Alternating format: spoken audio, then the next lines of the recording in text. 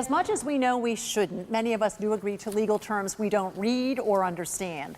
The internet and click here to agree technology makes it simple for us to do that without knowing what we're really legally committing to. So, here to give us all the answers, everything you need to know before you click that mouse, is Fox 29's common sense lawyer, Shari Olefson. Thank you for being here. Good morning. Thanks for having me. Guilty as charged. We all are. We all are. And there's so many things we have to worry about in our daily life that this is just one more thing on top of that, but we're going to make it easy.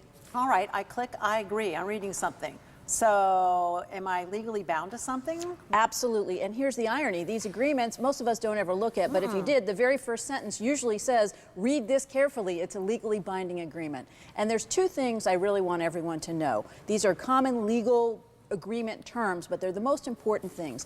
The first is called the disclaimer. Okay, so oftentimes we use these informational sites for information that we're going to count on, and the sites themselves say we are the best source for information about blah blah blah.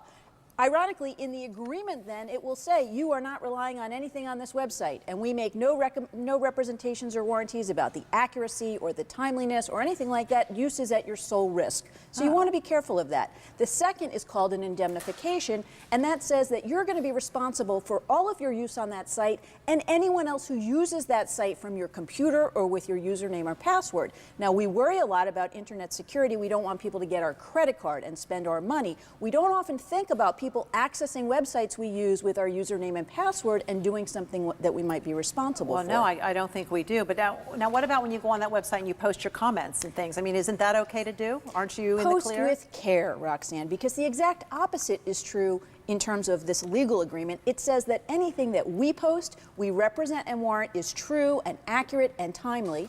We're giving the website owner an irrevocable, forever license to use anything we post for free in any format. They could repost it, they could write a book using it, anything that they want to do, and we're indemnifying them if anything turns out to be wrong. I actually had a client a few years ago who recommended a product on one of these websites, just posted a comment after an article, ended up that there was a problem with the product, and we got a phone call that they may have liability for recommending that product. So unless you have to post, my recommendation is don't do it.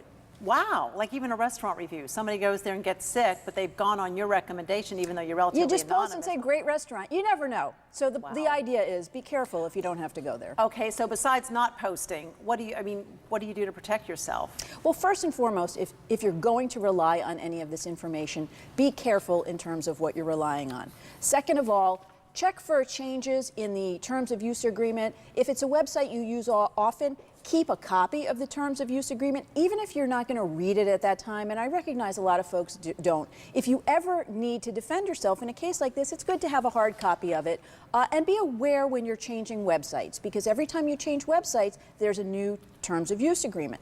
Next week, we're going to talk about the privacy issues, which there are other techniques that you can use very simply to opt out of some of the mechanisms that these website owners are using to capture your information and hold you responsible. So if you're online, and most of us are, stick around for next week too. Thanks so much for all this information. Sure. Gosh, that's really important stuff. More coming next week. Thanks, Shari. And now back to the Yankees.